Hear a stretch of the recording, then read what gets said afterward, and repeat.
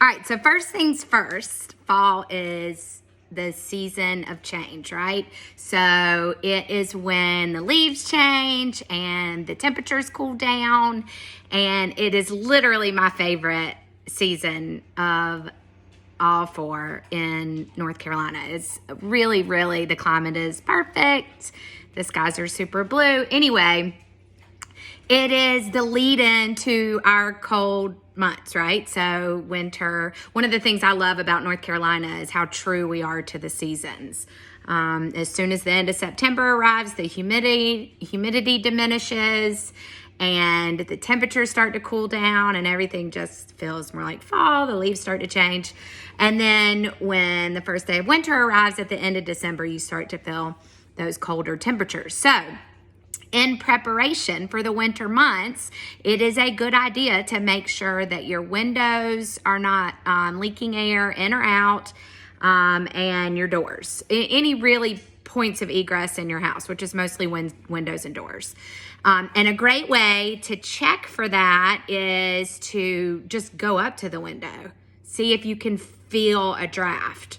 You can also check for cloudy windows. So this can also, especially with double pane windows, which most of us have now, that can actually just be a broken seal. And since it's a double pane window, it may not necessarily be affecting the function of the window, and it's just cosmetic. I could go on and on about that. Maybe one day we'll do a segment just on windows, but that's one of the things you can look for. Certainly if there is condensation or there's dripping windows, you probably got a draft issue there too. A lot of times the windows can just be resealed. If it's on the exterior, you're going to see some rotting wood and things like that. Sometimes you do need to replace the glass, and then obviously as your house gets older, you may need to replace the whole window. And this is actually something I'm curious about. Like, at what point do we start to worry about the windows on our house? Because that is a big expense to replace all your windows. Like, at what age do you need to be concerned about that?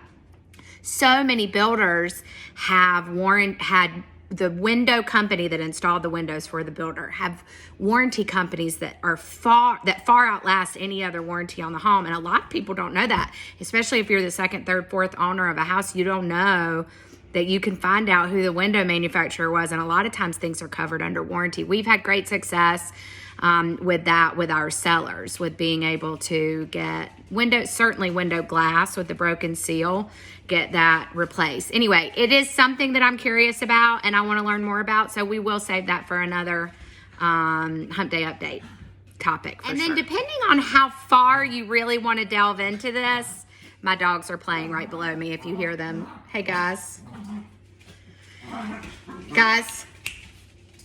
Depending on how far you want to delve into this, you can also do what's called a smoke test. So you can actually have smoke and see if you see it drafting anywhere. One of the articles I read suggested just something as easy as lighting incense and seeing if the smoke is pulled out of the window. Like if you're standing by the window, if it's pulled out, then definitely you've got a drafty window. Okay, the next thing on our fall maintenance tip list is cleaning your gutters. I am mind boggled by how many sellers don't even think about the gutter system on their house.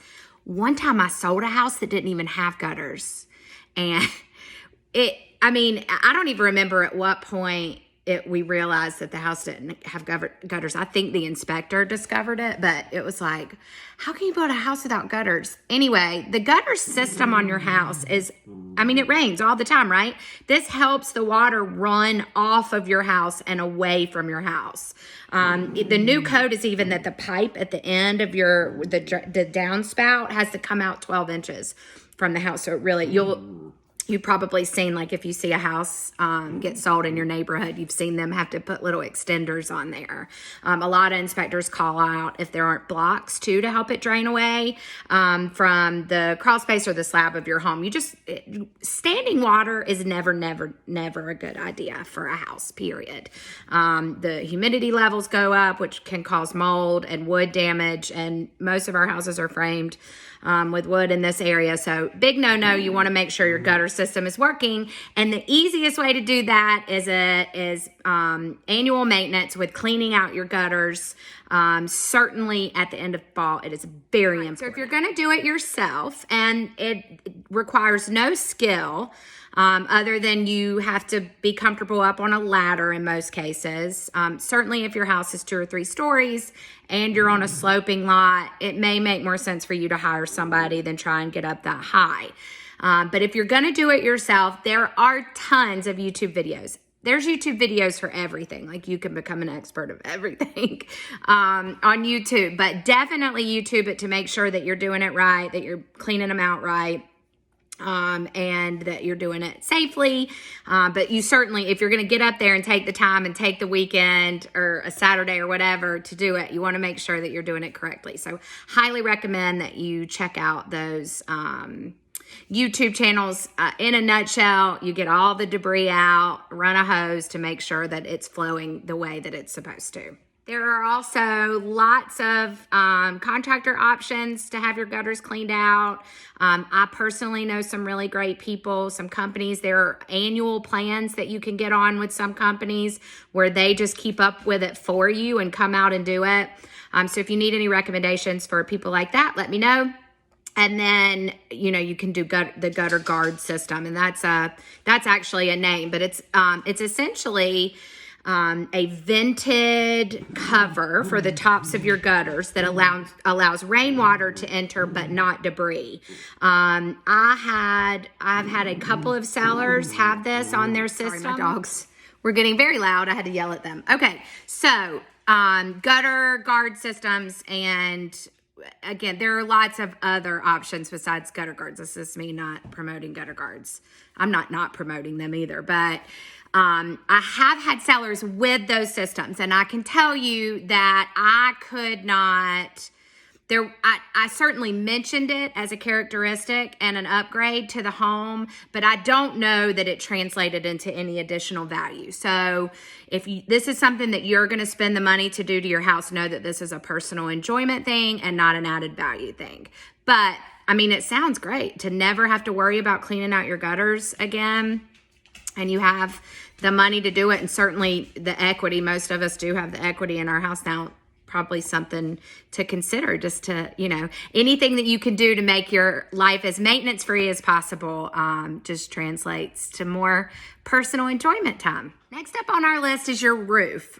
So roofs are sloped and they're high, and it can be dangerous to be up there. So I don't know that I could advocate for this to be a DIY thing. I'm sure that there are a lot of super handy people out there that can do it, but a lot of roofers will come out and inspect your roof at no charge. I have a really great roofing contractor, just a brilliant guy, and he works really well with insurance companies. Certainly in this area, weather damage is a big cause of our roof issues, and that is an insurance issue. But definitely keeping up with repairs is going to extend the life of your roof. Depending on whether you have a 20 or 30-year roof or longer, you can't ignore it for 20 years, certainly. It is going to need some sort of attention. But just my recommendation, have a roofer look at it. Our blog says once a year, maybe not that often. Certainly if you start to see any water anywhere or any issues, you would want to call them out immediately. But otherwise, definitely get it inspected on some sort of a regular basis. Never a bad idea to have a relationship with a roofer because they can keep you up to date on any big weather events that may have affected your roof. Okay, so this next one is close to my heart, okay? This is checking your smoke and carbon monoxide detectors. It is a good idea twice a year to have some sort of trigger to make you change the batteries on your smoke detector. Most of us end up having to change the battery at 2 a.m. because that seems to be when the little buggers start beeping at us, that the battery's getting low. So if you make this a preemptive, preventative thing that you do a couple times a year, you can avoid those middle of the night unwanted wake up calls. I can't tell you how often I see smoke detectors removed, and I'm sure it's because of that annoying beep. Definitely keeping those 9-volt batteries or whatever batteries your smoke detectors use in a drawer in your house for those emergency situations. And then just think, spring and fall, I'm going to change the batteries on all of my smoke detectors. It's just going to be something I do as a responsible homeowner. They are so important, and they save lives and they save property, and highly recommend biannually, so spring and fall, changing all of those smoke detector batteries. Oh, and you should be replacing them every 10 years. I think maybe even sooner. I'm going to find out, and every 10 years. I used to be in property management. I managed mid-rise apartment communities where we had, 18 to 400 units in one building, and we changed them more often. So that's what got me stuck on that for a minute. But every 10 years, you need to replace the whole smoke detector. You can get them at your local hardware store and do them yourself, or there are companies that will come in and do the whole shebang for you. And a lot of times you can get them monitored too. You can have one monitored detector in your home that will call the fire department should there be a fire emergency. So keep everybody safe, you guys. Okay, so staying on the safety topic of home maintenance tips, having your furnace inspected is also important. Especially around here, most furnaces are gas, and anytime you have gas, you can have fire for sure. So definitely before that first really cold night and you're gonna fire up the heater and furnace, you're gonna want to get that thing inspected. Never a bad idea to be on a maintenance plan. I have found that with regard to resales, this really helps with the repair negotiation piece of the contract from start to finish, contract to close. So I do recommend them. I am not personally on one. I have an HVAC guy that I call as needed. And anytime he's here for anything else, he looks at the whole system. But those annual plans are great.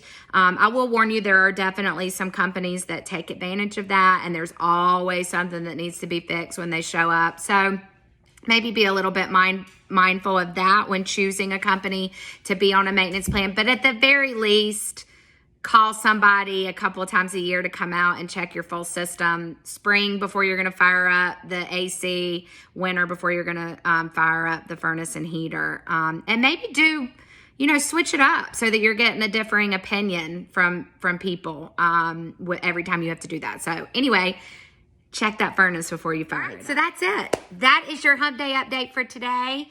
Fresh with IGTV video. I've definitely learned a little bit about editing videos throughout this. Just a little bit of a market update. I do think we are seeing a bit of a pullback during the fall on this crazy seller's market. I think we're going to see a fewer offers on the houses. There'll always be those houses that go way above list and have a ton of offers. Most of the time, they're the nicest house in the nicest neighborhood. So if we're looking for more tips on that, reach out to me about how to make your house the most desirable. That's what we do. So anyway, have a great week and see you soon.